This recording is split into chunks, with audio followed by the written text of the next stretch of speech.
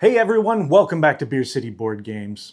So, Essen Spiel is almost here, the biggest board game convention in the world, happening over in Germany.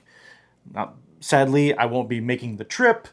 Trust me, I wish that I was, but that doesn't mean that I can't drool over the amazing new releases coming out of the show. I've been following the preview list on Board Game Geek, publisher announcements, and updates like a hawk, and today I am counting down my top 6 most anticipated games from Essen Spiel 2025.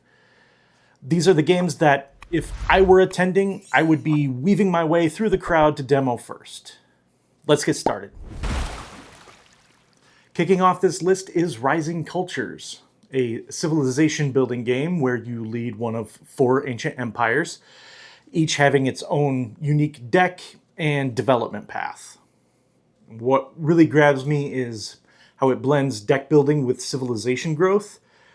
If done well, that combination could make every faction feel truly distinct, and that's something I'd really love to see. Since I can't demo it myself, I'll be watching closely for early impressions. I'm especially curious about whether it plays smooth right out of the gate, or if it takes a round or two for things to start to click.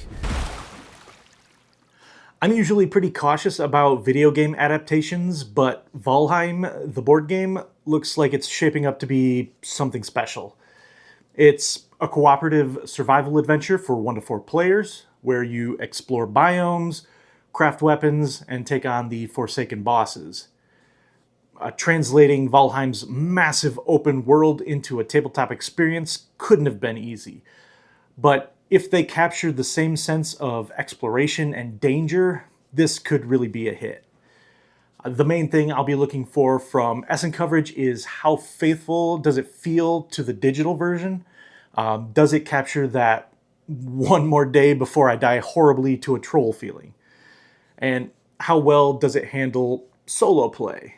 I'm expecting to see some impressive miniatures too, because if this game nails the aesthetic, it's going to look amazing on the table.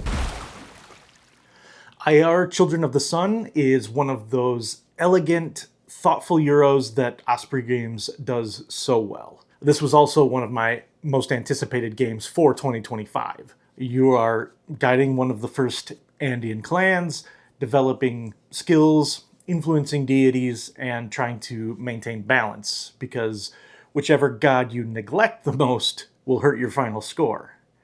That alone is such a clever twist on scoring. I love when a game forces you to pay attention to what you're ignoring, not just what you're doing. I'll be keeping an eye out for reports from people who tried at Essen, especially on how well it scales with different player counts and how fast it plays. If it's intuitive but still has some meat on the bones, it could be one of those games that really sneaks up on everyone after the show. I'll definitely be watching Osprey's booth coverage for this one.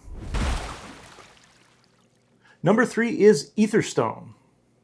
This one really intrigues me. It's from Thundergriff, and it mixes card drafting and engine building, and some dice-driven mana manipulation. It's also designed by one of my favorite design duos, Virginio Gili and Simone Luciani. On top of that, the art on the cards looks incredible. The pitch is that players are faction leaders channeling power through ancient stones, summoning combos, and shaping the world around them. It's got this living system idea where the community actually helps decide how future expansions develop. That's ambitious, and I love ambitious. I'll be curious to see if the gameplay holds up underneath the hype, if the combo engine is smooth and satisfying, and if the community-driven elements feel as meaningful instead of just marketing fluff. I've got my eye on this one for sure. It's the kind of game I'd usually make a beeline for if I were there. This one just makes me smile. Fantasy Brewers is a light, thematic-looking game where you are crafting magical brews. Think potions, elixirs, other whimsical concoctions in a fantasy tavern setting.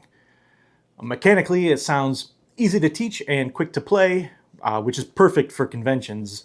But the real hook for me is whether it has that spark, that blend of charm and smart design that turns a lighter game into something people want to keep replaying.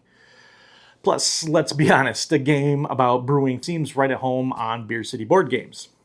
It's also designed by Michael Schacht, and his games usually have that elegant, streamlined Euro feel. So, I've got high hopes.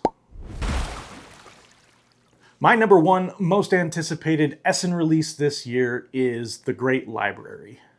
No surprise here, as it's a new game from Vital Lacerda, but this one also has an amazing theme attached to it. In this game, you are managing the legendary Library of Alexandria, an ancient library filled with scrolls, scholars, and political intrigue. You're trying to expand your collection, earn influence, and preserve knowledge while others race to do the same thing.